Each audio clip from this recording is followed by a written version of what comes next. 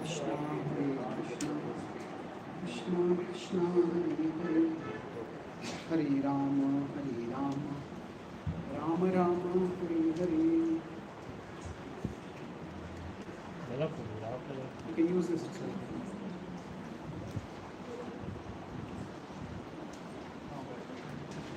Alright, any color is the doesn't work? No, this works or not? Only one time. Last time we used this one only. No, it's okay. I don't need mic. It's okay. Hare Krishna. Hare Krishna, everybody. Okay, I think some mic is working. Some mic is working. Oh, that's working.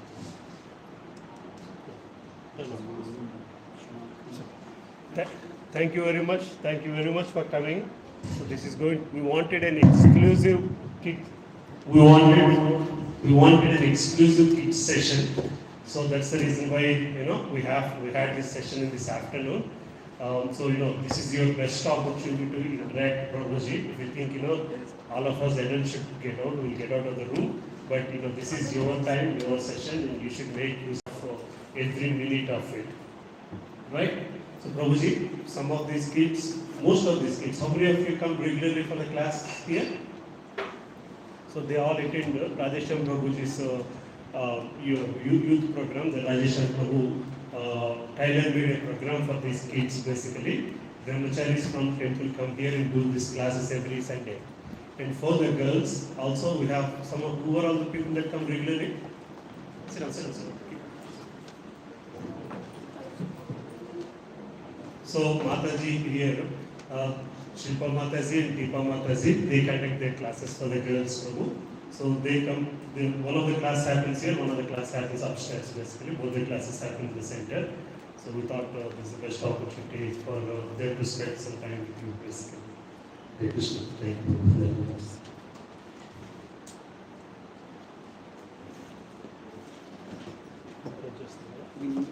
Hare Krishna. Increase the volume a little bit.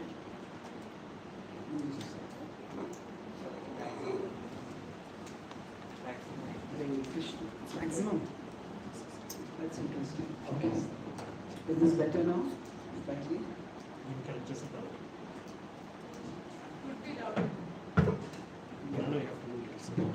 Hare Krishna. It's better.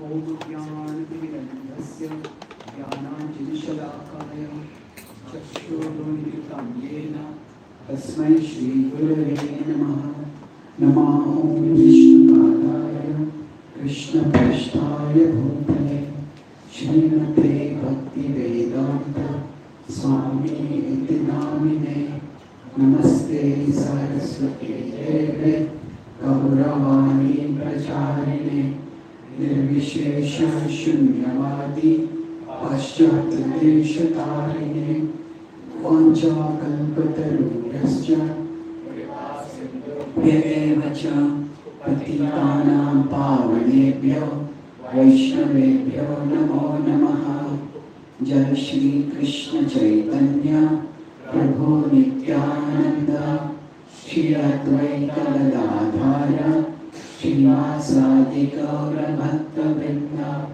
Hare Krishna Krishna Krishna Hare Hare Hare Rama Rama Rama Hare Hare. Hare Krishna. Thank you for coming today. So I won't be giving, I think we need to decrease the volume. Hare Krishna. Maybe this is okay? Okay. So, rather than giving the class, I thought I would like to make this a little more interactive. So, I would like to know how many of you are, say, how many of are all of you parents? All of your parents are devotees? Almost. Okay, so that's how you come to the temple. Okay. Are there anyone who is that how everybody comes to temple? Okay. Okay, so what we will be doing is, I'll be giving a short task. You'll have 5 minutes to complete the task and you will have inform some groups. Since we have more boys, maybe we can have 3 groups for the boys and 2 for the girls. And then after that, after you finish the task, each of you can come forward and make a 2-3 minute presentation of the task. And then in that presentation, I'll respond to 3 points. So basically, the thing I would like to know is 2 things. Now, all of you come to temple, Krishna consciousness is a part of your life to some extent. So, when you are with your friends, when you are in school, when you are with your friends, what aspects of Krishna consciousness do you feel comfortable sharing with others? What aspects of Krishna consciousness do you feel comfortable? You don't mind telling others about it. And okay, it's not coming. It's coming and going. It's coming and going. Okay. Can we? Okay, right. Anyway, I'll explain it straightforward now. One aspect is what aspect is comfortable, and then what aspects of you are you uncomfortable sharing with others. That means that you feel a little hesitant to talk about it with your friend. You would rather not talk about it. You rather hide it. So when I was introduced to Bhakti, I was studying engineering. I was not like born in a devout family. My parents were pious, but I was studying engineering at that time. So I was attracted to the scientific aspect, how the scientific evidence I found for the existence of God, existence of soul. So I was very comfortable talking about that. But when devotees would go out and do kirtans in public, I was very uncomfortable with that. Here I was telling them this is all scientific. And what is scientific about dancing on the streets? I didn't see this anything scientific. So I think that I found uncomfortable. I had to ask some questions, get some answers. Maybe I didn't find the answers very convincing. So it took me time to find, I asked questions to different people. Try the other people. It's in my bag. So can someone, somebody who knows, can we distribute so that we have younger and older students in each group? So 2 groups for the girls. We can have 3 groups for the boys.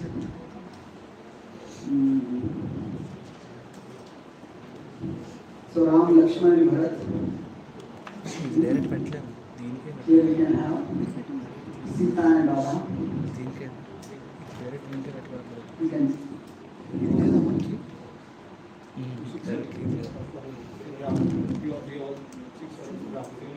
We can go one side. So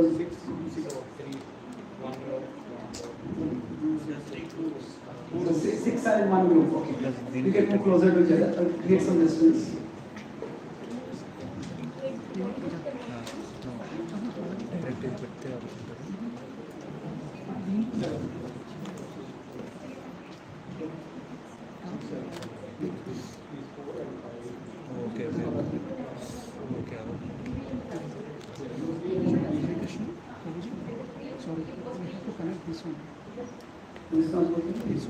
This is not connecting. Let's try another adapter.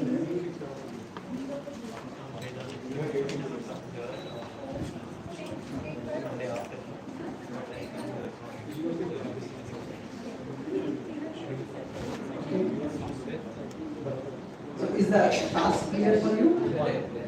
So eventually your group can stand up wherever they are, you can sit also.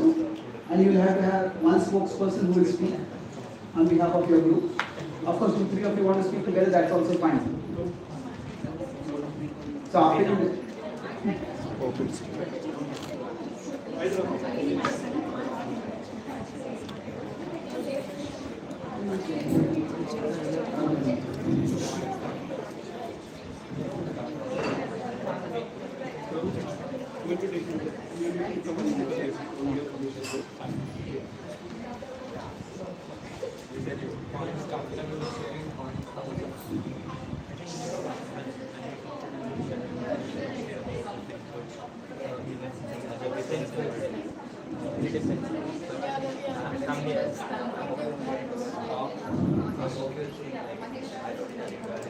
So you have 5 minutes.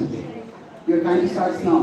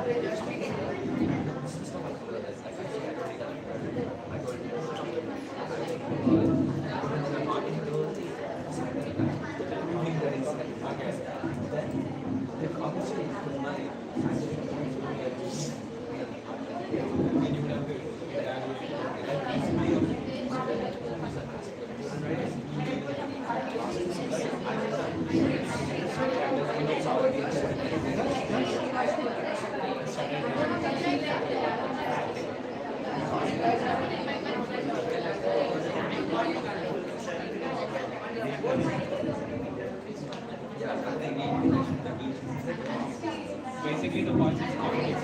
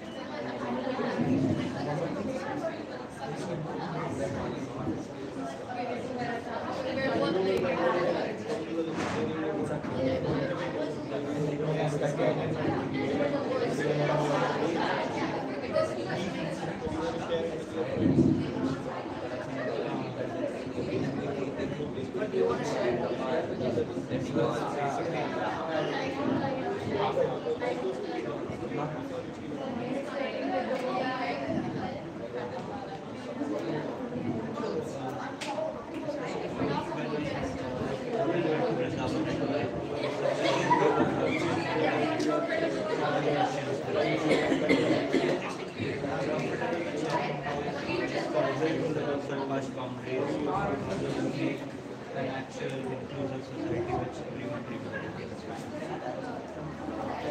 Like it's not that everybody responds Indian or everybody comes from the same background. ISKCON transcends boundaries.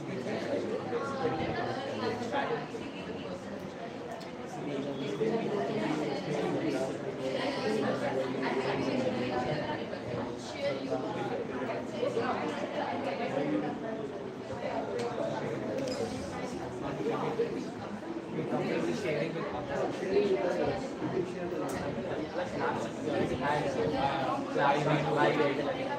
Yeah, that's what I'm saying. Yeah, but we don't really say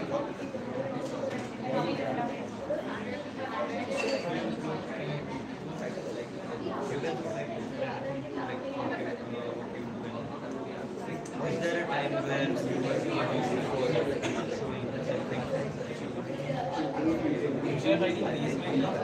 It is like one page right off the page.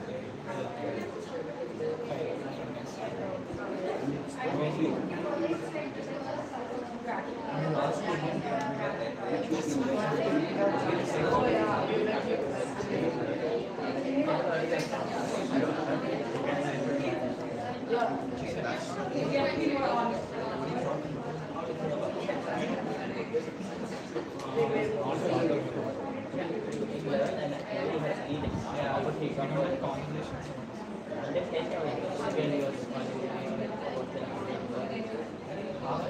Yeah, when I talk about discount, they're like, oh, yeah, discount does that, you know that you're being misguided. Yeah, that's happy. Yeah, so it's is it ask not to ask not to not being able to answer questions, not being able to answer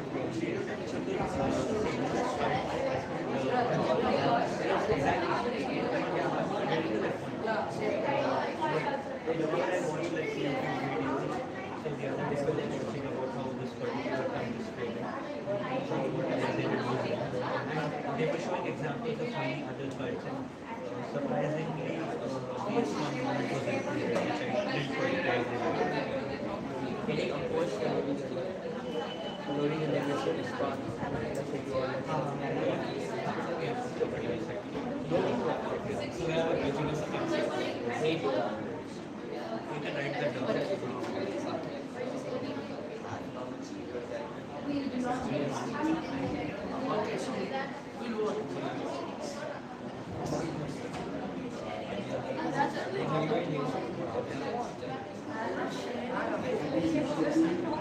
Yeah, I mean, yeah, it's not only that we can they're talking about something, they're telling, they're saying, oh yeah, but I don't like it. They have like inbuilt notions of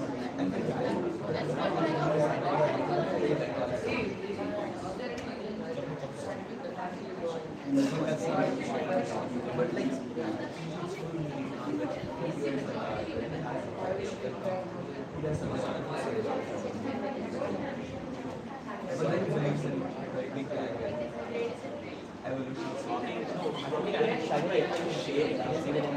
not academic area.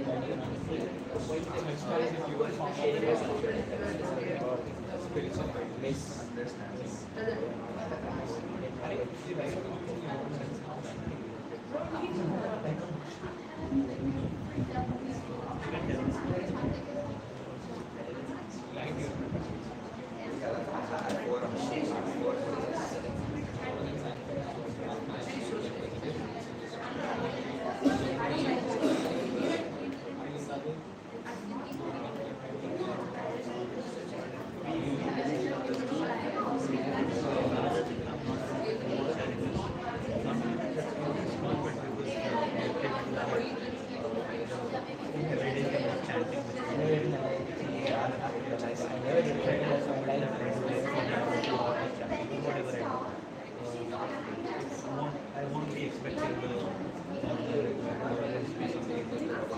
Why did you it's still like really question answering. How many of you finished?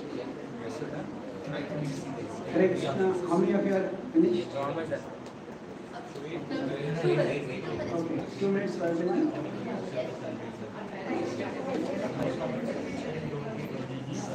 all my friends,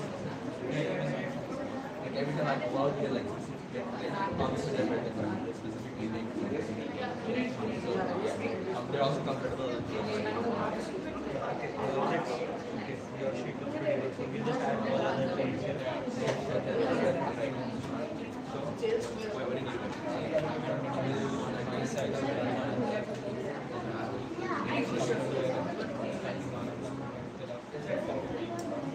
Not being able to getting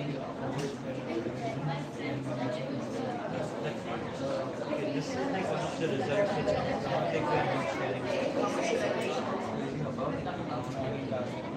Yeah, this is the goal. It's a story that we can take progress is important. I think we don't need anywhere because you can't turn it down. Clarity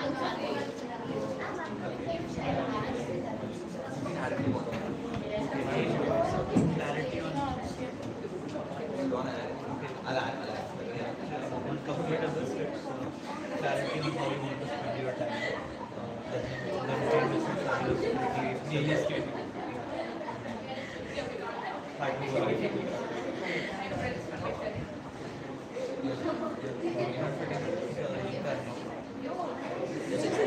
Opposing vague sign. Yeah, opposing sign. How this one has overcome the boundaries of whatever we said. Yeah, it's concept is good.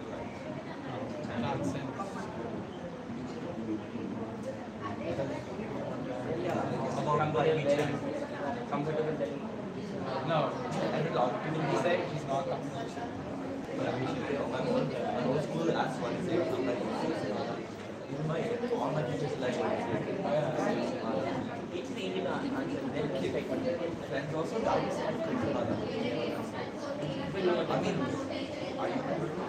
are you uncomfortable? Hare Krishna. So yes, is everyone ready now? With wearing. Anybody has ever noticed this? Saying Hare Krishna. Yes. So those who are not prepared, you can prepare. You just present whatever you have prepared. Don't worry too much. This is not a board exam for you. So okay. So let's start with your group. So yours is Radha and Sita.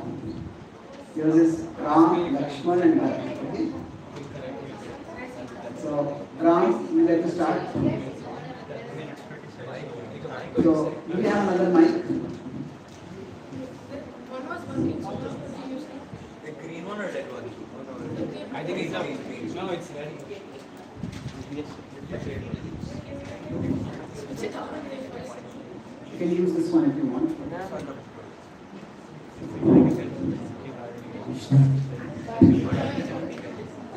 So can all of you come ahead here if possible? And you can introduce yourself. And then you introduce yourself and which grade you are in. And then you can present yourself. My name is Advait, I'm in grade 11. My name is Samrit, I'm in grade 10. My name is Mahesh, I am in grade 8.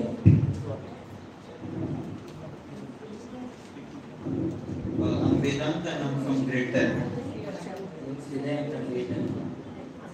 My name is Darsh, I am in grade 8. Maybe, sorry to change this, can you stand over here? Because your back is to me and I also can't see you. You also can stand here. If your group is coming here, your girls group can stand over there. So the points we're comfortable with sharing is why we don't eat onion and garlic, and that we have a daily schedule set. We believe in God, that we go to temple every week, and that ISKCON transcends all boundaries made by man. And then we're not comfortable with sharing all the Debating about. we're not comfortable with sharing the points which contradict science or science which has not been discovered yet, and people make stereotypes about ISKCON, have half knowledge and like have. So no. Let me sorry. Okay. Okay, ideally speaking, you could have had one but projected that, but everyone did. Should I repeat my points? Yeah, some of the stereotypes of what is called. We're not comfortable with sharing aspects about ISKCON because they have inbuilt notions about ISKCON, they have prejudices. That's not the point. That is okay, yeah. And they misunderstand our reasons for all these practices, or they have different reasons for these practices, and we're not comfortable with sharing about the main aspect of ISKCON, why we chant. Okay, so in the part where we are comfortable sharing, the first Okay, point. we have to have a new rule now. You will give all the points, others will have nothing to speak. Okay, so what we will do is, each of you just give 3 points. So each group gives 3 points. 3 pro and 3 con.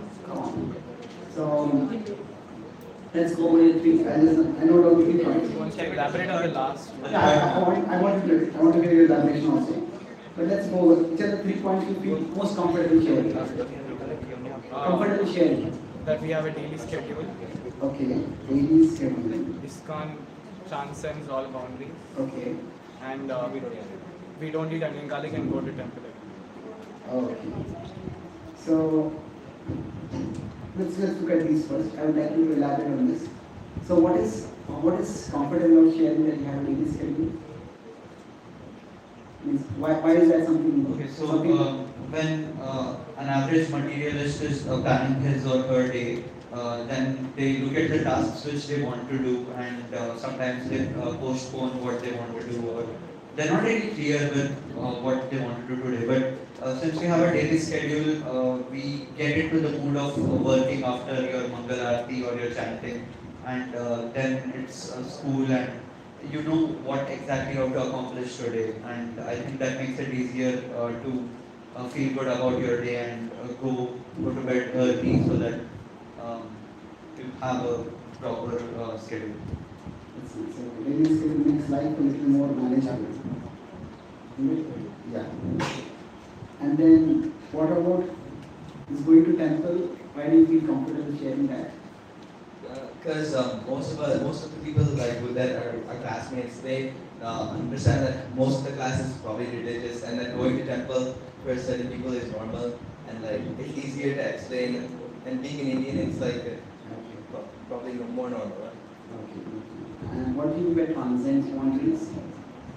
When I went to Vrindavan, I saw how many people from outside India were following what Srila Prabhupada has said, and every organization like the United Nations or they always try to make the society at large interconnected. And when I saw especially Russians there, whom not every country likes, I was really amazed to see how they were coexisting with us, and they were Wearing tilak. yeah, they were wearing tilak, they were doing bhakti, and it was very good to see that. Nice, good points. Transcendent points. Now let's look at the pro points or the con points. So when you say contradict science, can you give me some example of what you mean by that? Yeah, like when we're talking about there's no evolution, ISKCON believes that there's no evolution, right? But then many of my friends say that there are many intermediate species which link up the theory of evolution. And then because we don't have enough knowledge, we can't retaliate or debate with them. Okay, this is an important point. Also the point of reincarnation.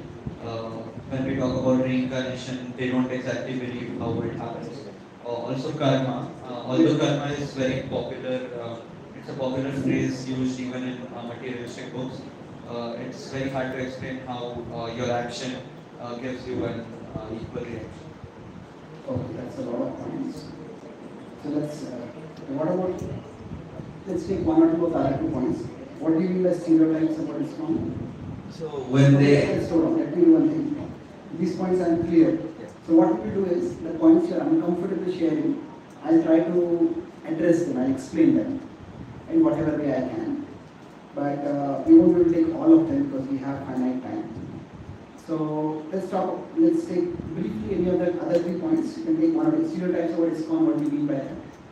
So, like when our classmates or friends, they know that we are part of ISKCON, they'll directly link it to following, it's like a Krishna culture. They'll use those phrases, and then So what does that mean, Krishna means? What exactly? means we only consider Krishna, like they say sometimes that we think that Krishna is greater than Vishnu, or like we consider Krishna the only God, and Okay, Krishna. So they basically believe that we have blind faith, we don't have any reason behind that. That's why they refer to it as God. Okay. No reason. Okay, that's a strong point. Okay.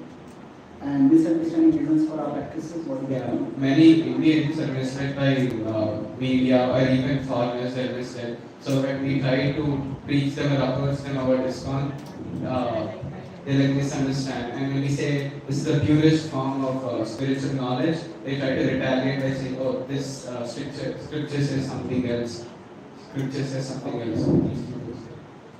Okay. So, thank you very much. You can sit down. Let's give them an applause for very clearly articulating various points. Thank you so much. Hare Krishna, Hare Krishna. What happened to my mic now? I think it's okay. Hare Krishna, Hare Krishna. Goodness.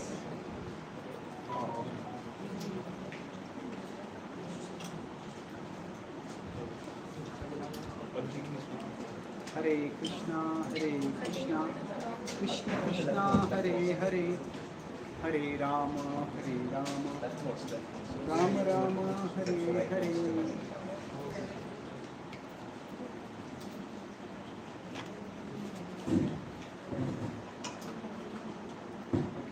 Hare Krishna. Am I audible now?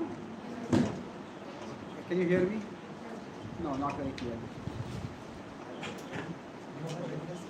Hare Krishna, Krishna Krishna. It is a different sound system from the normal system or the standard system only? We use this one. Rama, Rama. I'll just speak loudly. Can you hear me now? Yes, yes, You can give it a big mic, use a big mic. Okay, sure. Just stand. Put the stand, put the stand. Just give me the mic and start speaking and then stand up. You set it up. Stand it up. Awesome. And I'll start speaking. So, with respect to evolution, now, where scripture contradicts science, that is very different. You can turn that off. Just speak. Why are you turning that one on? Krishna, Hare Krishna. Okay.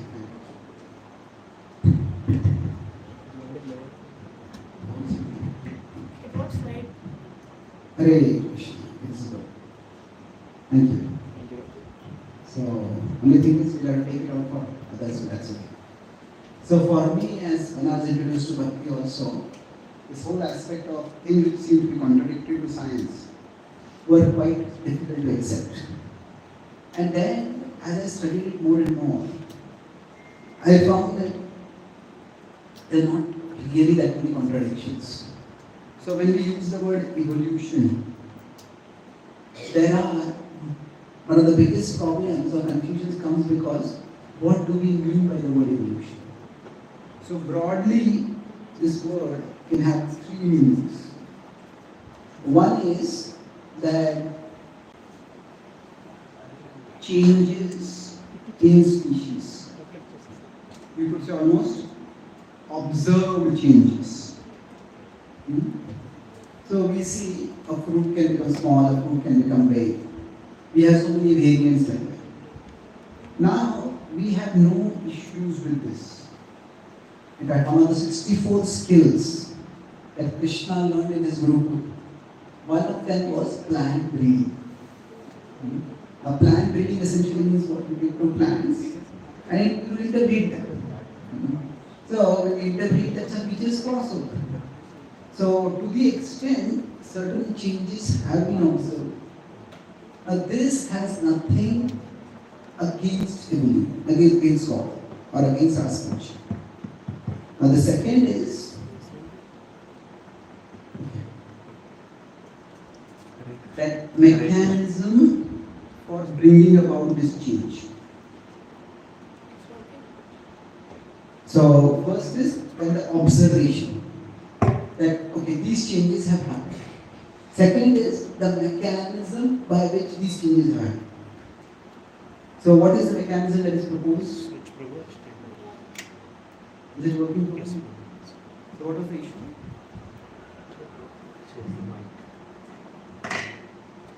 First on this.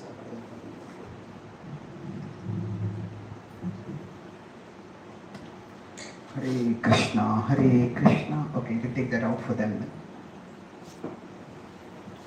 So, second is the mechanism for bringing about this change. Now, this mechanism involves natural selection, It involves genetic mutation, and there are various mechanisms which are proposed within science, punctuated equilibrium and other things like that. Now, as far as this mechanism is concerned, could say there is intrinsically nothing in this mechanism that is against Shastra, and I'll explain why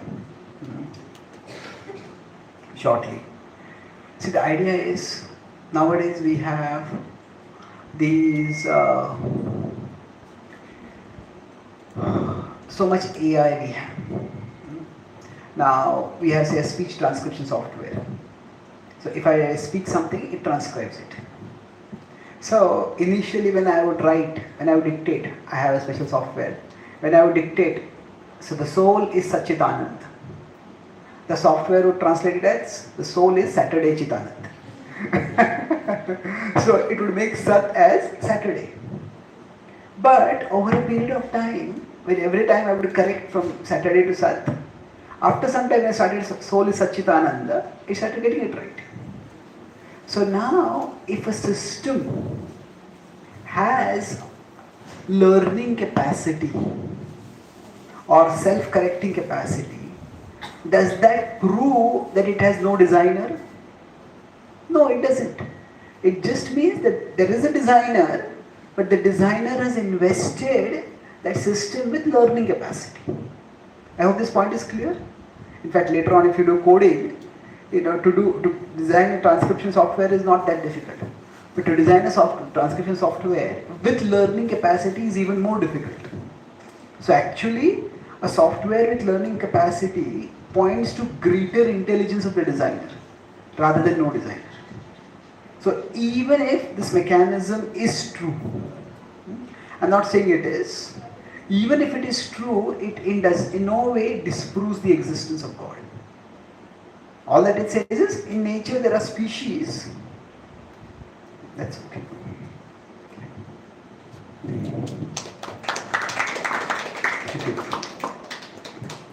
It'll interfere with the tab. Okay, so it does not intrinsically disprove. So if nature has invested species with the capacity to make some modifications based on their environment, that is, they have learning capacity, and that does not disprove the existence of a designer. And can species get extinct? Can species? There's nothing in that intrinsically that goes against Shastra. Shastra says that our bodies are like dresses. And if you go to a big cloth shop, say if it's extremely hot, they will not sell sweaters at that time. That does not mean sweaters have become extinct. Sweaters are not just present over there because the weather is not suited at that time. The weather does not require that. So like that, if the environment changes, then certain dresses, certain bodily dresses, certain species may no longer be present on the earth. When Prabhupada was asked about dinosaur, Prabhupada said dinosaur, dinosaur, we had Agasaur. Agasaur is so it was a reptile, giant reptile. So the point is that as far as this mechanism is concerned, this could be like gravity. Now, we don't have any issues with gravity. Now, so the mechanism, is it true? It depends on science. If science finds persuasive evidence for it, we have nothing against it. Now, is the evidence persuasive enough? Well, most textbooks do teach about it. But there is a significant minority of scientists who do have some reservations, especially not about whether natural selection or genetic mutation can cause changes, but whether natural selection, genetic mutation or any other mechanism is adequate enough to bring about entire change of species from one species to another and to bring about the entire gamut of life that is present there. So, this could be true, but is it adequate? That is open to question. And even now, there are many evolutionists who, for example, now talking sexual selection and other things they talk about, to try to come up with explanatory mechanisms. I don't want to go into the specifics because it's a big subject, but I'm just giving a broad picture over here. And then beyond that, there is an ideology. Evolution as an ideology says that there is no God because evolution brought about all species. It is this that we oppose. So evolution as observation, evolution as mechanism, evolution as ideology. So Prabhupada's opposition was primarily to evolution as ideology. An ideology which claims to explain everything about how life came on the earth and all the forms of life came on the earth, and that ideology rules God out. That ideology leaves no place for God, no place for soul. That is where Srila Prabhupada has opposition. Can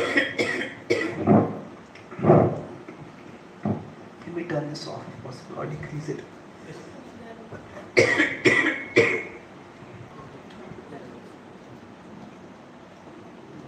So as far as the observation is concerned, we are fine with it. With the mechanism, the jury is out. That jury is not yet out. It may be true, it may not be true.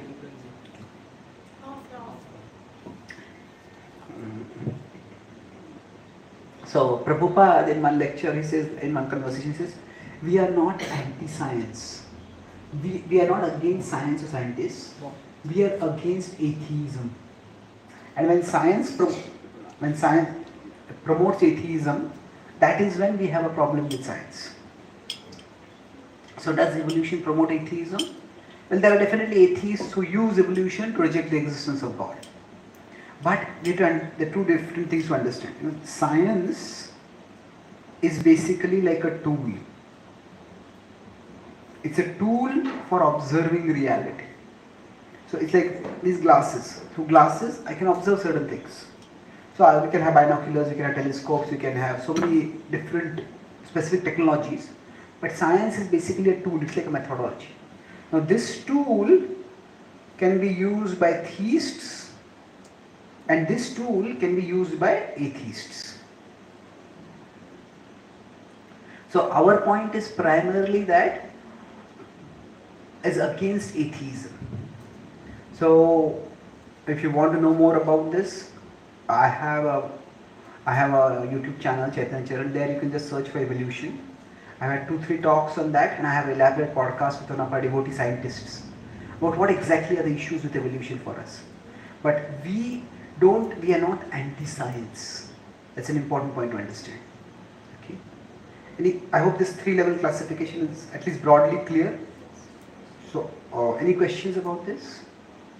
Okay, so science says that Neanderthals or primitive men were not advanced and were not capable of thinking logically. Is that also right or is that wrong?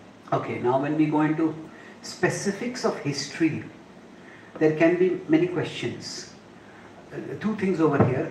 Generally, when we go backwards, we try to know through fossils. That's our main way of knowing about it.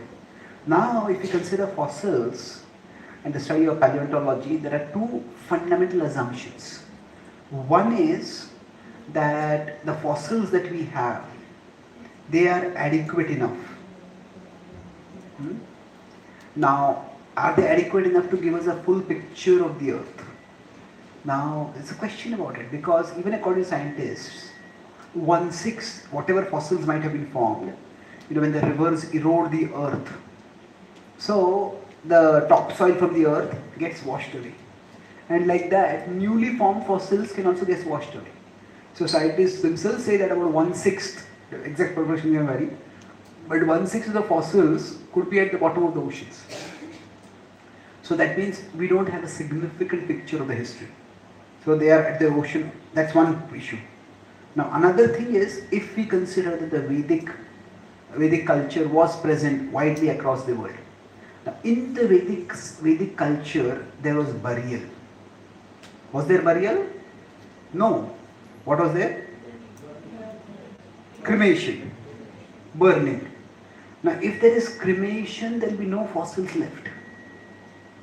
So if Vedic culture was there across the world, if it was, we're not saying we have proof for that right now, but hypothetically it was there, then the people will be cremated and there will be no fossils remaining. So there is a fundamental principle in history: absence of evidence is not the same as evidence of absence. Absence of evidence is not the same as evidence of absence. So this is where, now if we have found some fossils of Neanderthal men, it's possible that Neanderthal man or those kind of people were living on the earth. But does that mean advanced human beings were not? Sorry. Does that mean advanced human beings were not living on the earth at the same time? Not necessarily. What's the issue today? Hare Krishna, Hare Krishna. Is it discharged? I think so. Hare Krishna.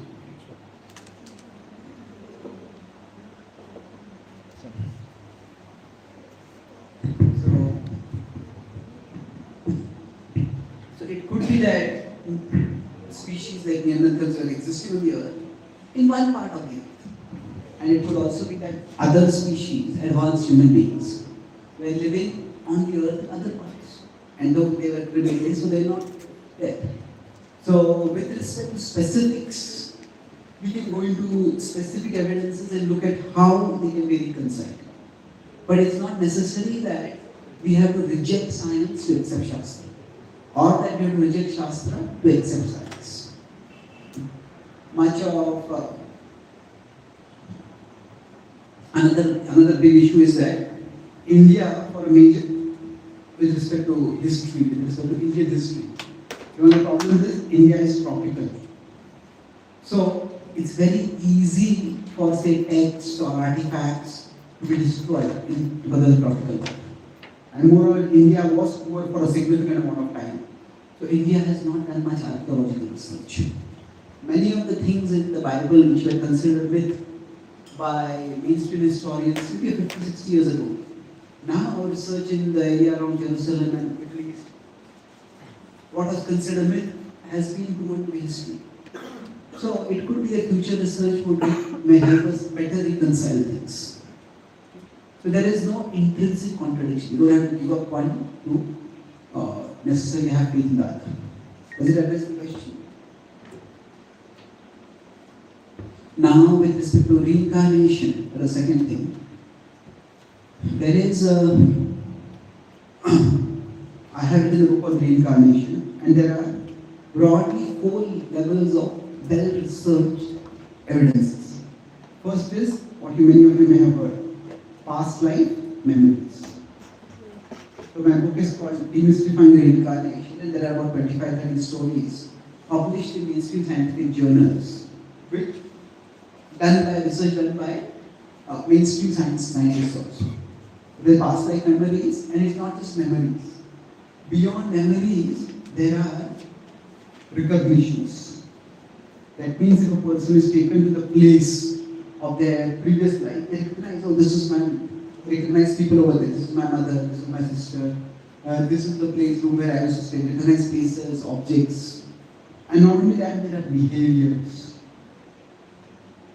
And behaviors means a person behaves as if they are a completely different person. There was a boy T2 who claimed to be a reincarnation of Mrs. Suresh Verma, who was an electrician, who was shot dead point blank.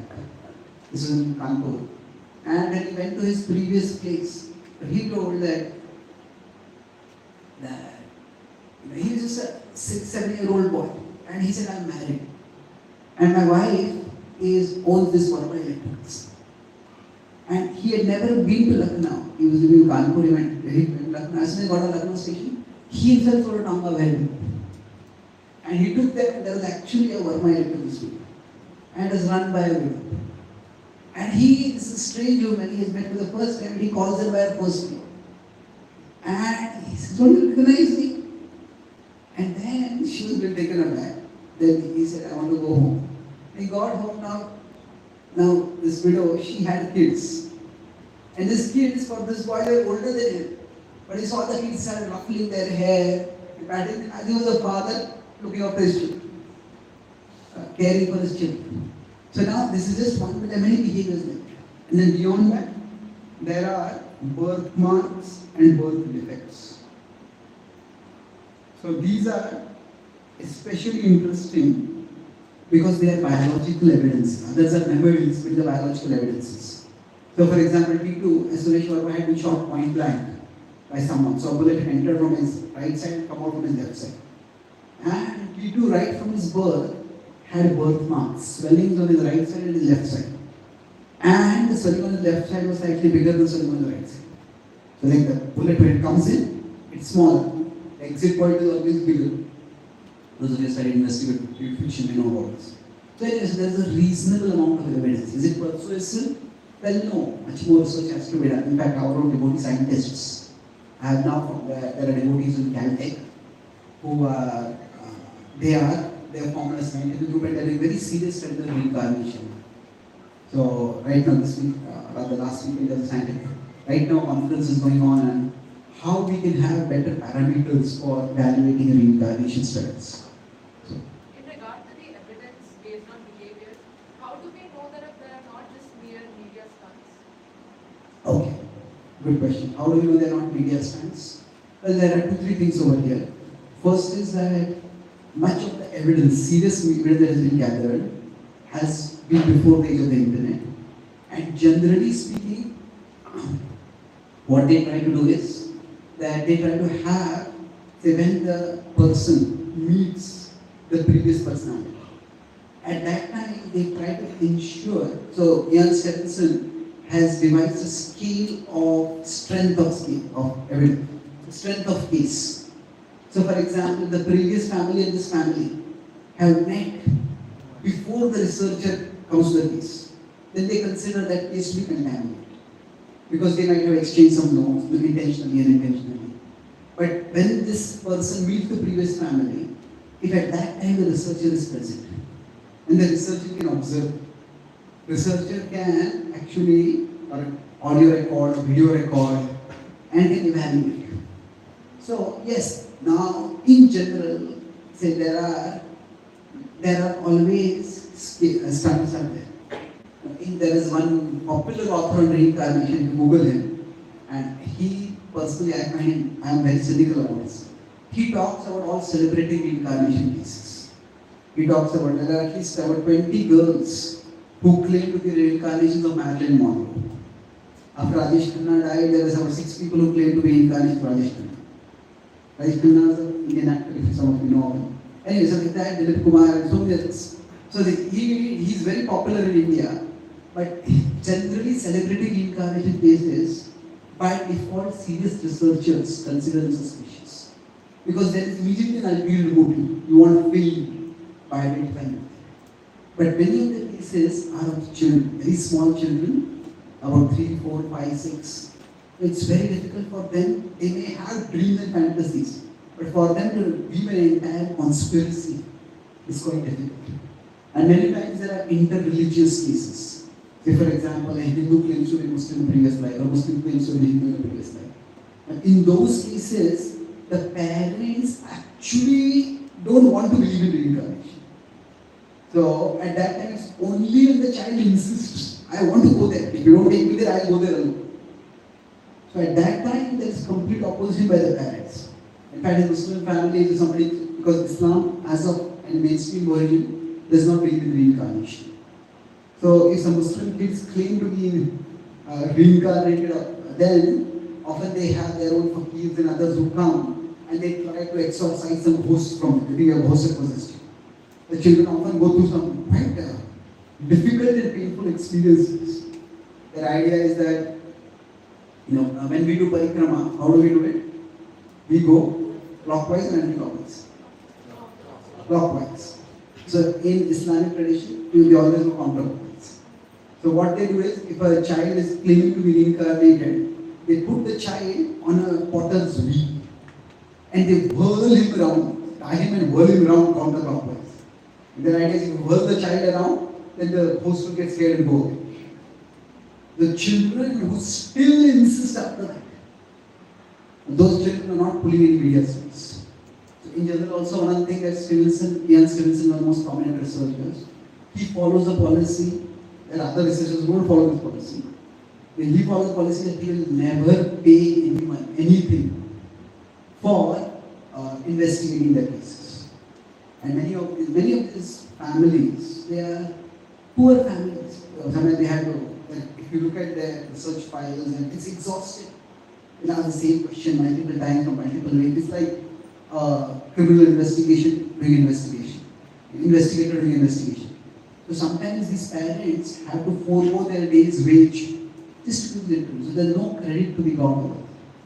So are reincarnation studies, sorry, are there media stunts possible? Definitely. You tell me a case and I'll tell you whether it is a stunt or not. First criteria is all celebrity cases are stunts. That's definitely there. But beyond that, there are many which do survive reasonable doubt. So where the parents are not getting any money, where the reincarnation goes against the beliefs of the parents, where the children experience some significant opposition, you could say even persecution by the parents, and still the cases remain. There's no media stunt over there. So now, this was about science. I won't go into karma too much because it's a big different subject. But karma basically, without getting into too much detail, it's just the idea of action has results. And every action has its consequence. It's like if I sow a seed, some seeds go fructify after 1 week, some after 1 year, some after 10 years. So like that, different karma has different seeds. But karma is not directly either contradicting science. The principle of karma just goes beyond science. So that's with respect to the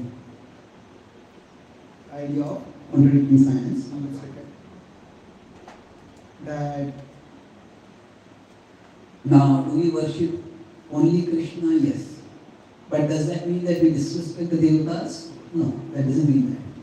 So, in general, depending on whom we are speaking with, we should focus on choosing what they are at a level with. So, in general, anytime, whenever you are sharing, there are broadly two ways of doing it. One is prescriptive, and the other is descriptive. So prescriptive means you should do this. Descriptive is this is what I do and this is why I do it. So for example, say we don't eat meat. And maybe we have friends in association who eat meat. Now if we find that okay, we are talking about meat as a subject. Now if you are prescriptive, you say that meat eating is sinful and you will go to hell. You should not eat meat. If you say that, the only thing that will happen, they will say you go to hell. I don't care. So there is no need to be prescriptive. In fact, it's best to never be prescriptive. But what is being descriptive? People say that, I want to go Shala and I see how nice cows are. And I don't want to kill them to eat. Maybe I came to know about how much violence there is in making meat. I felt I didn't want to be a part of the violence. I came to know about how there is how much there's a lot of vegetarian food, there is non-vegetarian food that is cause of diseases. So I felt this is healthier for you. So just describe what you do and why you do it. So okay, that person, what happens? Okay, that makes sense. I'm not going to do it necessarily, but it makes sense. That's how you think. So in general, when it comes to our practices, see, you are with friends, you are not a preacher over there. They have not appointed you as a preacher to instruct them. So therefore, just be descriptive. So this is complete response. That if you talk about Krishna, you could just say that we worship Krishna because that's what is talked about Bhagavad and Krishna Bhagavad. Other books say other things. You can say yes. That yes, the Vedic scriptures are very vast, and there is facility for worshiping various devatas.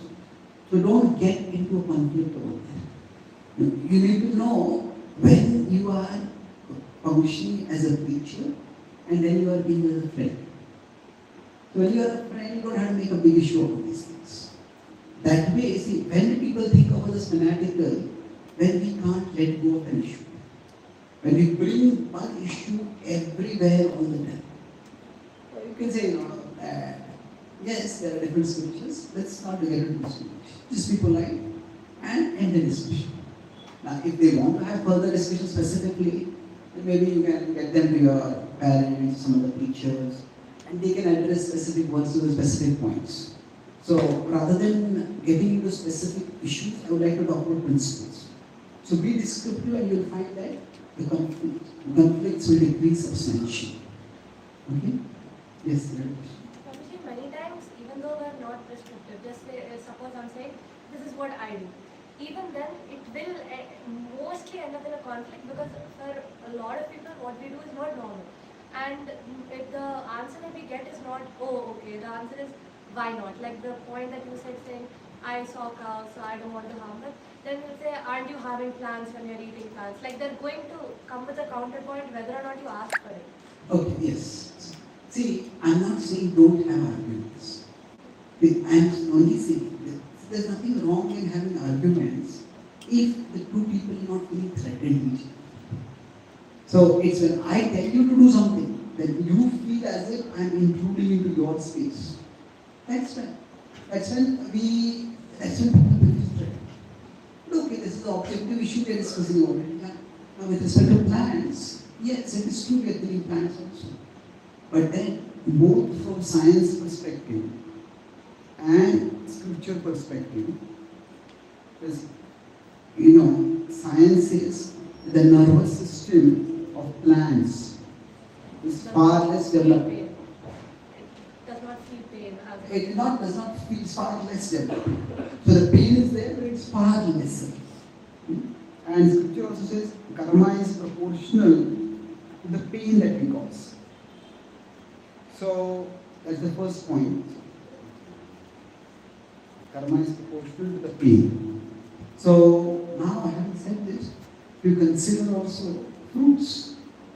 Even they just fall off, they just very loosely fall off. If we don't eat them at everything is wrong. Crops, when they grow, the harvesting time comes. If we don't harvest them, they're just eating. Unlike the animals, quite often they are slaughtered when their full life is ahead of them. The Prabhupada would say that if at all you want to eat animals, let them die an actual death. And you take them out of it. Then you can eat them. If you see, there are three things. The pain is lesser, there is much in the plant world that naturally dies, and that naturally its life would end. And what we are doing is we're just utilizing that natural life. And the third thing is that we should make third thing the first thing. And it doesn't seem very convincing. The third thing is that we also offer our food to Krishna. So then Krishna frees us from the karma. But don't start with that. That's not very persuasive. Start with the point of pain. We try to cause minimum pain. Just because pain is unavoidable does not mean that that pain can be maximized. It's like, say, if somebody has to take a blood shot, to get a shot to take your blood. If somebody already has a wound on a particular place, would any physician or any medical attendant put the injection over there? No, if you put somewhere else, let him put it somewhere else. So pain has to be caused when the shot is to be, blood is to be taken. But cause minimum pain. That's a normal principle in life. Okay. You had a question? Okay. So, have I discussed all the 3 points here? Okay, thank you. So now with respect to reasons for practices, it's important that we ourselves understand the philosophy. Then we can give reasons for them. And sometimes they will accept reasons, sometimes they will not accept reasons. But in our tradition, if you consider spirituality, there is philosophy and then there is practice. So this is similar to science, where there is theory and experiment, practicals. So now this practice is sometimes also called as religion. But in essence, many times when certain practices are happening, if we ourselves know the philosophy behind it, if we don't know, we ask our parents. If we don't get satisfactory answer, ask certain teachers, find out the answers. I have a website called thespiritualscientist.com. There are some 8,000 questions that you answer. So practically every question that you might get, the audio answers, some are transcripts are also available. So you'll find answers over there. There are many resources like that. Okay? So thank you very much. So who would like to start? Sita? So maybe you could stand up, just go a little behind and stand over there, and you can introduce everyone, and then you can start.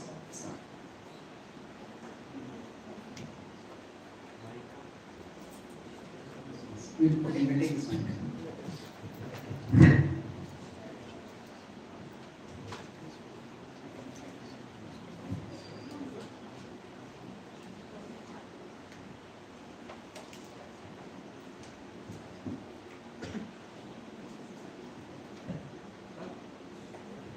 Hare Krishna, I'm Snigdha, I'm in 11th grade. Hare Krishna. Sorry. Hare Krishna, I'm Bhavika, I'm an undergrad student of mass communication. Hare Krishna, I am Bhavna, I am in 7th grade. Sorry, what's your name? Bhavna. Hare Krishna, I am Sukirti, I am in 12th grade. Hare Krishna, I am Vardi, I am from 7th grade. So the things that we are comfortable sharing about Krishna consciousness, first is vegetarianism. So all of us agree that we can strongly defend this and we're comfortable to tell people that we are vegetarian and we're proud of it. And the other thing that we're comfortable telling is theism, believing in God. So we're fine about telling people that we believe in God and that we go to the temple every week and this is part of our life and we're fine with that. And we're fine with explaining how we spend our weekends because it's very different from how normal people spend their weekends. So we're fine with explaining that. We're fine with explaining how we celebrate our festivals differently, where we go on our weekends. So we're proud of the way we do it and we're fine with explaining it to other people as well. So the things that we're not that comfortable explaining, one thing is New Year. Like something we all agreed on is, so basically for New Year we have a Krishna conscious New Year. We have kirtans all night till the next day. And it's very common for New Year that everyone has parties and stuff. So we don't have a problem with celebrating in this way. It's just complicated to explain that we would be in a temple for our New Year when everyone else is in a club or something. And some of us have also agreed that we would want to experience that kind of New Year as well. So we want to have some materialistic fun as well. And another thing that we were not comfortable with explaining is onion garlic. Like when we go out with our friends anywhere to any restaurant, it is inevitable that most of the things that we eat will have it. So we can avoid it, which is already a little difficult in today's time, but it's even more hard to explain it. Like non-veg, we have some explanations by this point, like we can talk about the compassion aspect and things. So onion garlic becomes very difficult to explain to people. And some points that have already been stated, like evolution, wherever it contradicts science, whenever we say Krishna is the supreme, because many people who believe, even people who believe in God will not, they believe in different gods. So they think that it's wrong that we believe in only one God's supremacy. So it's hard to explain. And wearing tilak is hard to explain. We all like wearing tilak. We wear tilak whenever we go to any programs. But if we were to wear tilak in school, there would be 800 people asking 800 questions and it would be a lot to explain. So in most situations, what is happening is that even though we like doing things, it's just very different from what is normal. So we just don't do it to avoid a lot of questions, to just fit in with everyone and not have to answer so many questions about why we're so different. That's it. Thank you.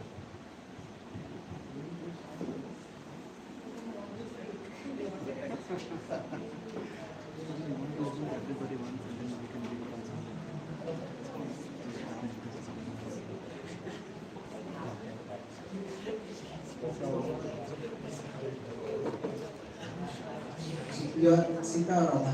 Sita. Thank you, Sita. Very nicely articulated, clear, specific points. Let's thank them. Thank you very much.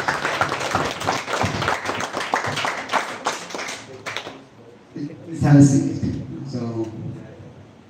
So we have a suggestion here that maybe everybody can make a presentation, and then at the end I'll try to address them in a quickly consolidated way. And some we are not able to address, maybe I can send audio answers afterwards, because we don't want to go way too much over time. Is that okay? So till what time will we go on? Yeah, that's what I was thinking. So, okay, so let's let everybody make the presentations, and then we'll. Is that okay? It's okay. It's up to your. Yeah, I think it's going to be difficult to start it at 4:15 also, so at least half an hour it will take. Okay? So, yes, Lakshman Group.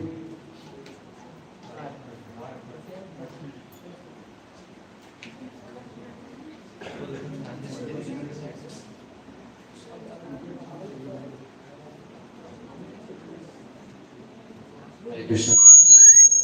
Hare Krishna Prabhuji, Hare Krishna Prabhuji, I'm Shubhan and I'm in 9th grade. Hare Krishna Prabhuji, I am Hemant, I am in 12th grade. Hare Krishna Prabhuji, I am Sriyansh and I am in 6th grade. Hare Krishna Prabhuji, my name is Darsh, I am in 7th grade. Hare Krishna Prabhuji, my name is Shubha, I'm studying in 9th grade. So some points we are comfortable in sharing with about KC with our friends is like prasadam and preaching to them something based on religion or something like Vedic science, discussions on that. So once there was like a discussion in my school, we were talking about mythology, so I could share my knowledge on Indian art, Vedic science and everything based on that kind of discussion. So when there's an annual day or any performances happening in the school, we could keep Krishna consciousness by doing any skit about Krishna consciousness or a drama or telling shlokas like that. My school has done that, so yeah. So basically, like inculcating Krishna consciousness, like maybe it's a song or something. You're playing the guitar, or maybe, and you're trying to inculcate the Krishna song, or you're singing about it in your annual day or something. So that's one more point. And then we were also comfortable with preaching about God. And uncomfortable, we have about explaining why we are vegetarian. It's like we make an excuse on it. We don't tell them the real reason, and we're not like telling them the real reason about why we're vegetarian and why we're not eating organic.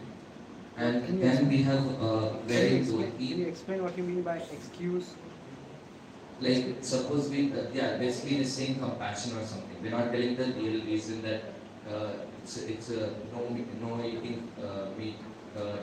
It's incurring sin. We're just saying that we're having compassion for animals and like don't want to eat person.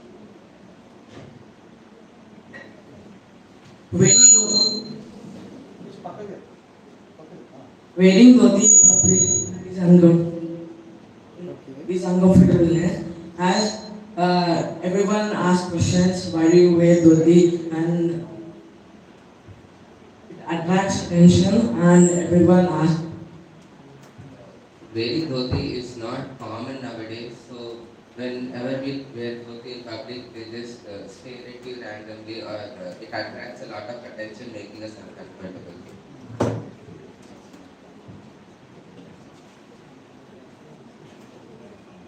So basically, chanting in public is also uncomfortable because when we are chanting in public with a chanting bag, some Muslims or some people they come and ask why are you chanting? So many questions, and it can distract our mind. It's very hard to explain about chanting in public.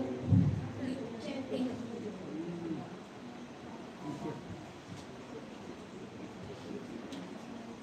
One more thing we are comfortable is with being disciplined, how disciplined life is better than a disciplined life, and following rules in our everyday life.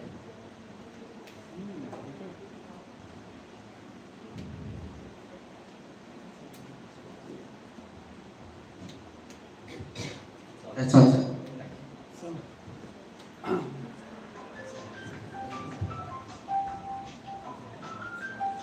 So excellent, Lakshman Group. It's nice that you came up with solid points and you had them also, all of you have contributed to the points. Thank you so much. Really, Krishna. Thank you. So we have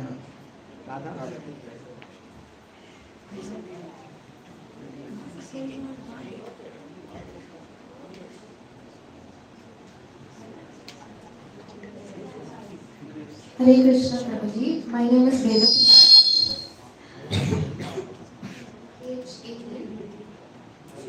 Hare Krishna, I'm Rajita, I'm rated first year. Hare Krishna, I'm Yashika, 11th grade. Hare Krishna, I'm Bhavya, I'm studying grade 9. Hare Krishna, I'm Janvi, 7th grade. So, Prabhuji, I would first like to explain the comfortable and uncomfortable things. So, usually I feel comfortability and uncomfortability depends on the other person and how they perceive Krishna consciousness. Because when we try to explain to a person who is in the mood of an debate or conflict, it becomes difficult for us, it becomes uncomfortable automatically. So, the comfortable point is that if the other person is Even slightly interested in Krishna consciousness, it becomes okay to, we become eager first of all to share even a bit of philosophy, and it becomes very enjoyable, a very enjoyable discussion. And also,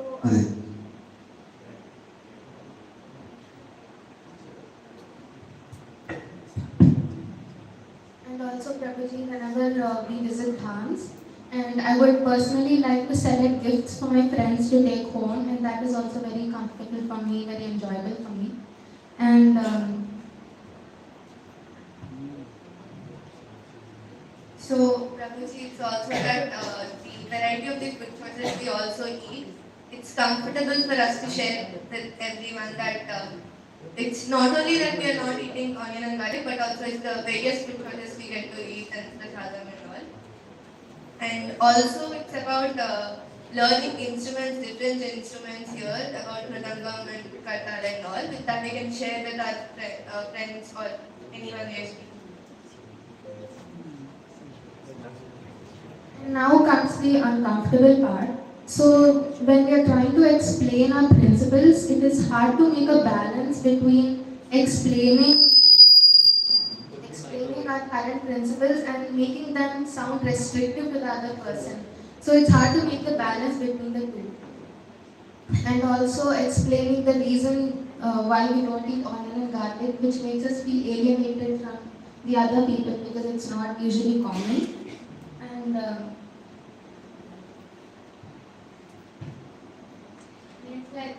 It's like in ISKCON it only involves like worshipping only Krishna, like only God centric. So many people say that ISKCON outside people opinion on ISKCON is like bit overrated, only Krishna centric. They won't focus on anything else. They say like we only come to temples like only this thing we have, we don't have any other sense gratification. How we are leading this much boring life. We don't have problem with leading this life. Like they question us and we cannot give answer to them. Prabhuji, and one of the most uncomfortable thing is wearing tilak and going outside, Prabhuji. It means it gets us extra attention. So that is usually uncomfortable, Prabhuji. Krishna. Thank you very much. Thank you so much. Nicely presented.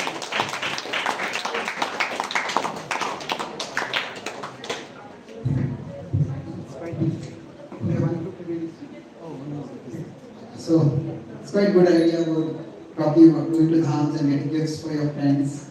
And it's quite creative. And yes, and we could talk about our food not being our food is restricted, but within that restriction there is so much variety. When the devotees in America, initially when they started vegetarianism, in 1960s, people's idea was you have to be vegetarian, that means you have to eat vegetables for the rest of your life. Because they had no idea of vegetarian cuisines.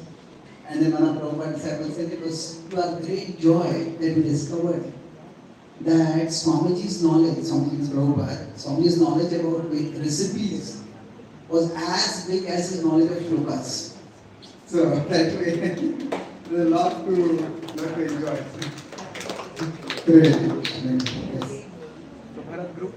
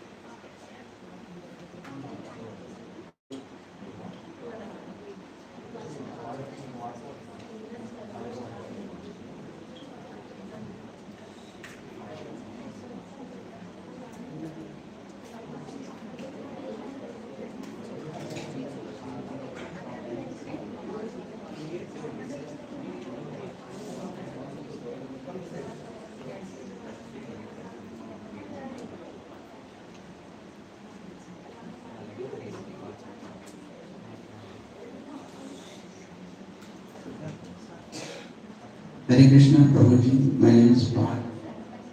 I am in the 12th standard.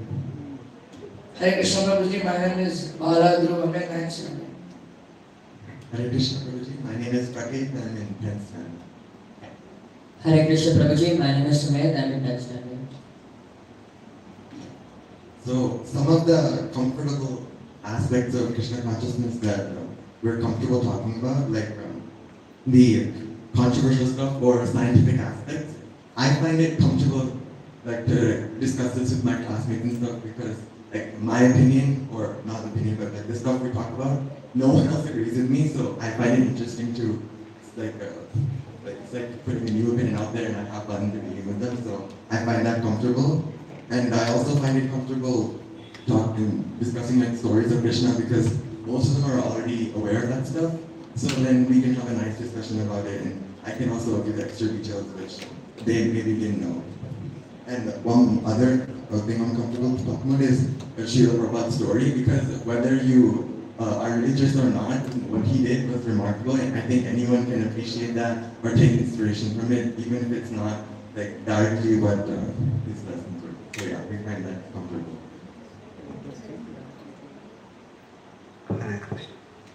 Prabhuji, what some of us feel comfortable in explaining is we started explaining Krishna conscious movement to people who overall believe that religion is not a really good thing to begin with. Like who believe majorly in people's secularism, where it's hard to explain what we do, why we do what we do, to people who believe that the point of religion, or mostly like atheists who don't believe in God itself or the concept of religion, that it causes problems. Okay, good point. Probably like for me personally, some people question like the theory of life, like that organisms came from chemicals, or chemical soup theory, like that. It's hard to explain because we were taught that there's experiments which have proven certain biomolecules are produced, which shows that life comes from chemicals. Okay, I'll talk about chemical. Probably the last point is overall when it's hard to explain if you're following certain practice, you might believe in astrology or major part of Ayurveda. Then they ask, why do you believe in it? Because there's no scientific basis, so then it's hard to explain. Okay. Yes. So, thank you very much. Bharat Group. Hey.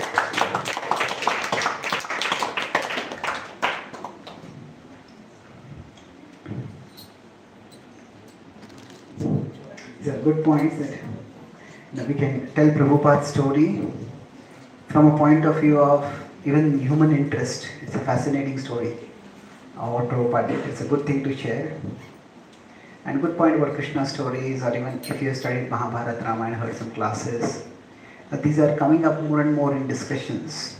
And then you have in nowadays the TV series coming up about these things, and then you have something to discuss. See, one of the things is that when we are with our friends, our Krishna consciousness can either be an asset or it can be a liability. So we have to see how we can make our Krishna consciousness into an asset.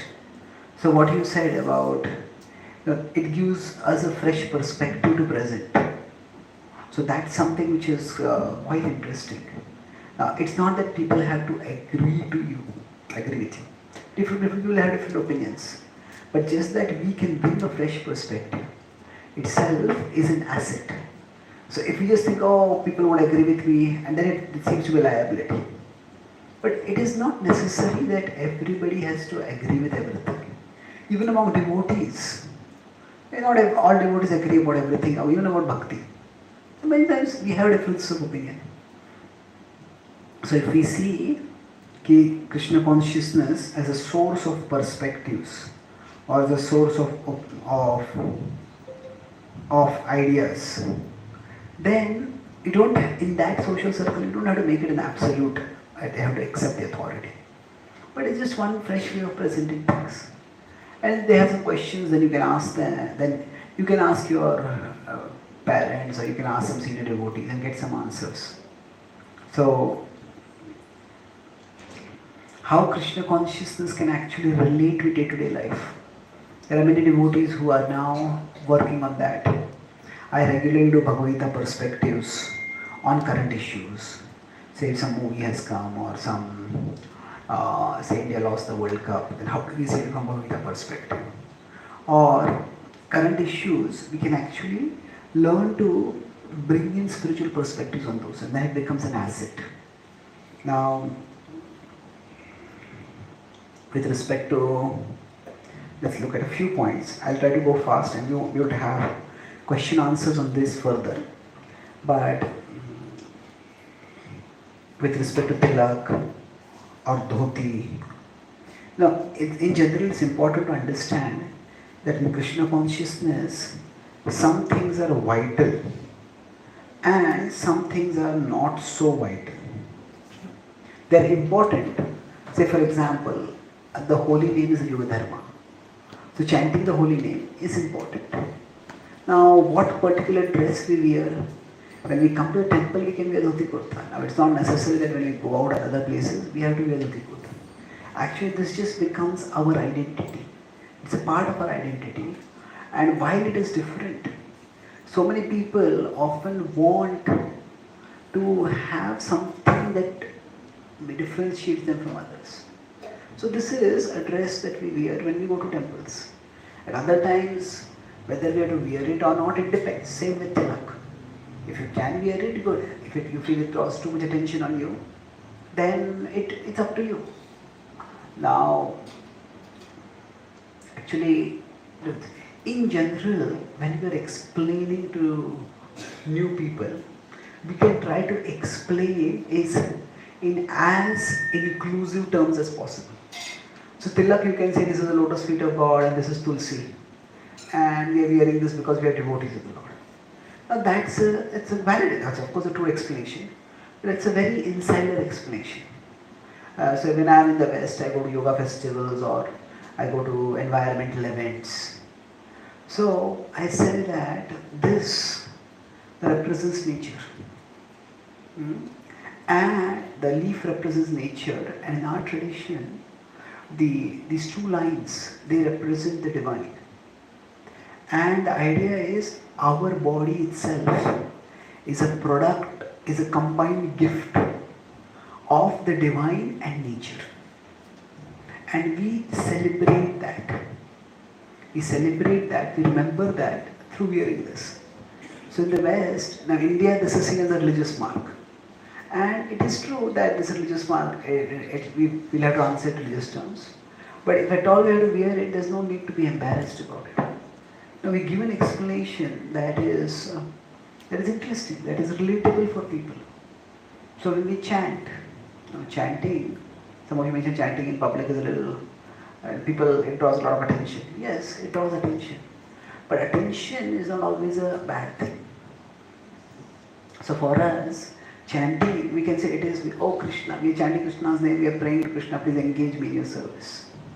That is true, but you could put the same chanting, why are we chanting? What is chanting? What is the meaning of chanting? It is that chanting is essentially a prayer or a utterance for harmony. It is like a spiritual affirmation. What is that affirmation? That we are all parts of a whole. And we are affirming, O part, return to harmony with the whole. O part, return to harmony with the whole. So you can talk with your friends, talk with seniors, and see how you can present things in a way as creatively as possible. And creative presentation means what? I'll talk about how this is not deceptive. It is true, but it is just phrased in a language that people can understand. And yes, these lines do represent the divine. This is nature. It's a specific manifestation of nature. It's a leaf, it's still a leaf. But it's nature. So, is it, earlier some of you mentioned about vegetarianism as we give an excuse about compassion. Well, it's not an excuse. In our own tradition, any actions that are there, they can be explained with scripture and they can be explained with logic. So both are valid pramanas. There is Shabda Pramana and there is Anuman Pramana. Anuman is also valid pramana. It's a lesser pramana, but logic can be used. In fact, there is a whole branch of knowledge called Nyaya. Nyaya is about all logic, and we go into it, it's quite rigorous. It's not studied much. The logic that we use today is Western logic. But the principle of logic is universal. So, when we are looking for explanations, see, one of the things that we can do is, this is a broad principle. See, these are our practices. Or our principles, whatever you want to say. Now you can try to see people's interests. And people will say your friends' interests. So try to find out how you can bring these two more and more of intersection. You may think that, okay, what I am practicing or what people find interesting, there is no correlation at all. But it's not necessary. There are many correlations. So like for example, earlier one of you mentioned that that if you go to Vrindavan or some place, we see so many people from all over the world practicing bhakti. So that is interesting for Indians, So when we are talking about bhakti, try to see, okay, what is this being done? How can this coincide with people's interests? And you will find that bhakti will become quite comfortable to present for you.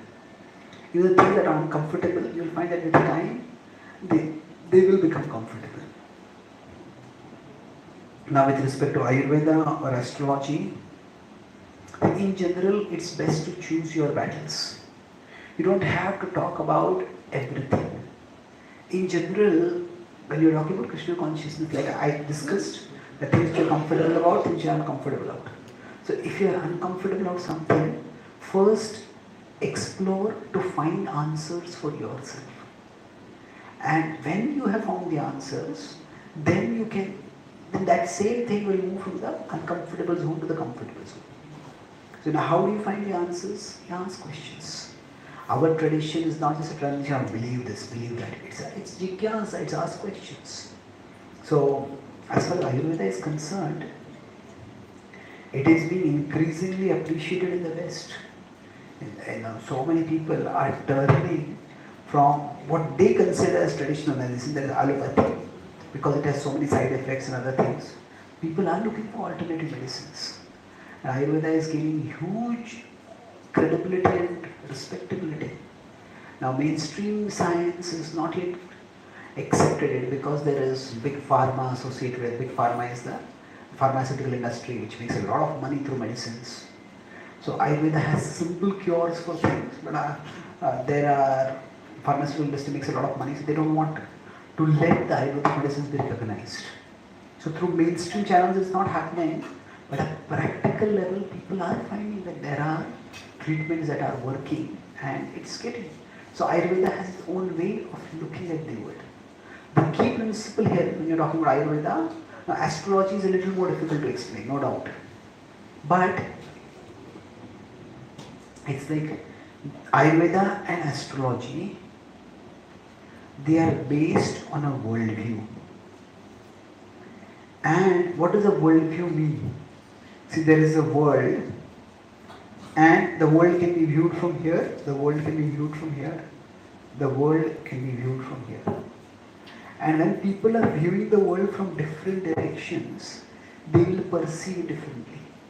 Even in a field as fundamental as physics, among all sciences, physics is considered to be most fundamental. But within that itself, there are two worldviews.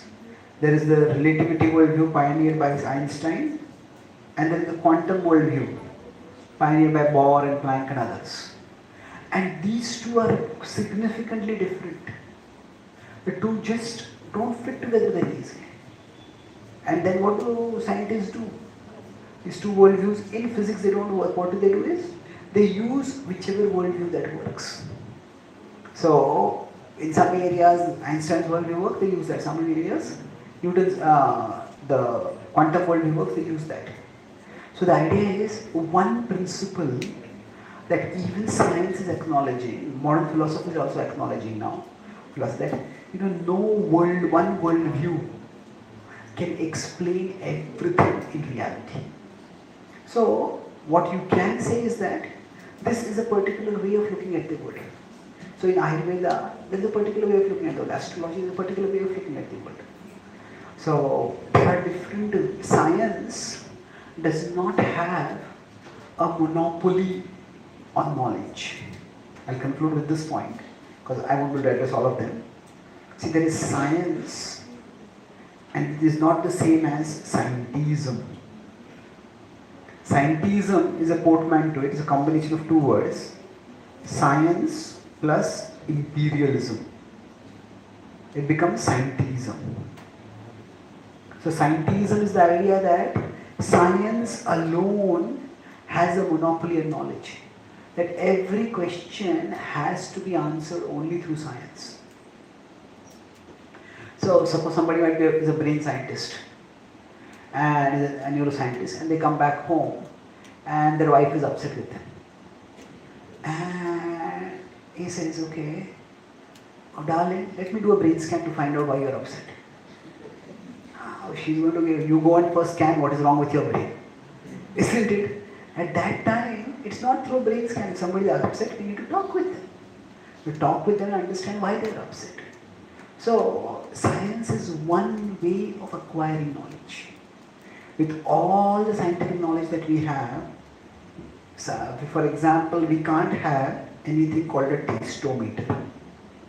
How tasty food is. Science cannot measure that. Science can, if you give a particular food item, they can analyze and tell these ingredients are this much, this much, this much. But we don't have a tastometer. So for that matter, the whole of medical science, one of its purposes is to cure pain. But we can't have anything called a penometer. Nor can we have a lovometer. Nowadays relationships are such a challenge. So when two people are trying to explore a relationship, they say, now let me put a lovometer on your heart. Say, let me see if you really love me. It doesn't work like that. Now pain is a reality. We all have experienced pain. Love is also reality. We have experienced love, we want to experience love. So there are realities which exist beyond the world of science. And there is no need to be embarrassed to talk about this. See, in our worldview, the science studies gross matter. But in our worldview, there is gross matter, there is subtle matter, and then there is spirit. So this is one worldview which reduces all of reality to gross matter. But the Vedic worldview says there is gross matter, then there is subtle matter, and then there is spirit. So because this is a different worldview, so rather than trying to so astrology involves subtle factors. So instead of trying to explain this worldview or something from this worldview in terms of the scientific worldview, that is going to be very difficult. So many times quantum physics can't be explained in terms of relativity. Einstein himself was frustrated. Einstein said that I would like to believe that the moon continues to exist if I am not looking at it. Now we say obviously moon continues to exist, but according to quantum physics it doesn't. Quantum physics, only when there is an observer, then the quantum wave collapses into a particular set of particles. So it's a complicated worldview. So you can't explain worldview in terms of another worldview. So that's why, especially when such things come up, like onion garlic. I conclude with this. So onion garlic is, according to our tradition, tamasic. Tamasic means it has effects of lowering our consciousness. Now that's not something which can be measured through science, because science just studies in terms of gross matter. So we don't have to be apologetic about this. No, how will I explain this? Rather than trying to explain our principles and practices in terms of the materialistic worldview, we try to understand, explain how that worldview is incomplete, and this worldview offers some insights that are helpful. And then leave it at that. So we could discuss more about this maybe in future whenever I come. But your questions about onion garlic and other questions, if you go to the spiritual scientists, you'll find some answers over there. So thank you very much for your thoughtful participation and for your very articulate and thoughtful presentation also. Hare Krishna.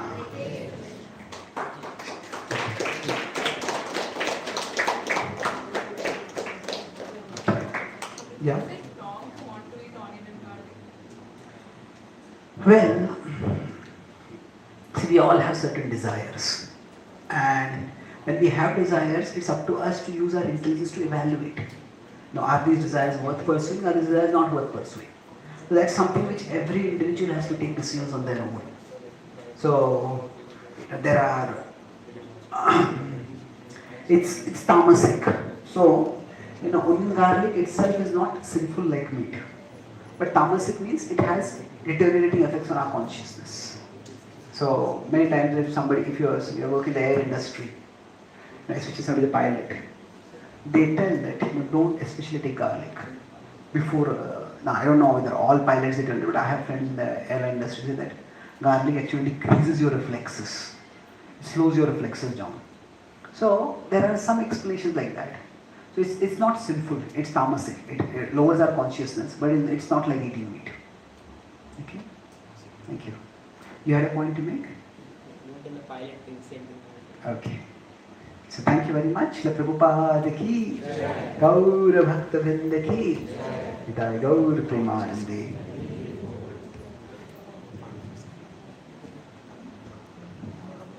Thank you so much, Prabhuji, for spending time with the kids. I'm sure they got most of the answers that they were looking for. I hope you asked all the questions that you had in your mind. But yeah, it's an ocean. There are a lot of questions. But if at all they have questions in future, is there a way they can reach you, Prabhuji? Something that they want to ask individually, let's say. Is there any such possibility? Let's talk about it separately. Okay, Prabhuji. We'll talk about it. Yeah, because we are here most of the times, we do answer the questions, but sometimes if somebody is uncomfortable even asking us, but wants to know the answer, then I just thought that it could be a good way of. Yeah, I just get too many questions online, so I'm not sure Yeah, how to yeah. answer. We'll talk about something and see if something can be done. Yeah. Thank you so much, Prabhuji, for your time and for all the kids who are present here to utilize the time that has been given to you and the opportunity. Thank you very much. Really appreciate. Any you coming suggestions here. for us on how we are conducting this? That also you can talk. We'll talk with you separately. It's acceptable. Thank you so much. Thank you. Very good. Talk about people will go upstairs. Let's give 3 loud Hari Bols to Chetan Singh Prabhu. Hari Bol, Hari Bol, Hari Bol. Thank you. Everybody, we have some snacks. Go to the rooftop and you can have some snacks. We can do.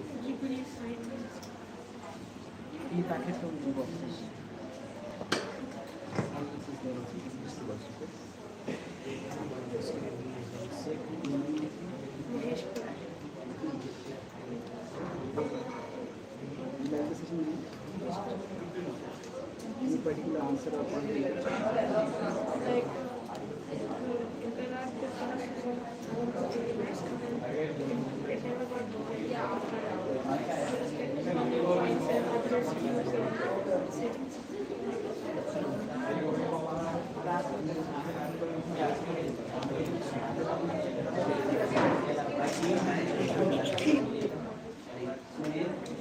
Oh, all these cables are from This one also is back.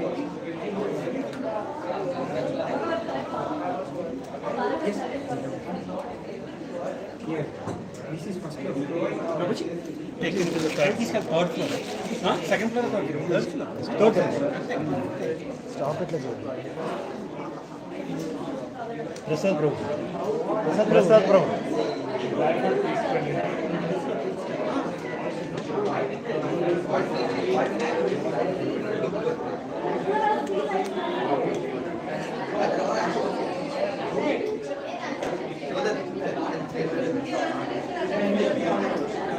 Next number. I didn't study for it.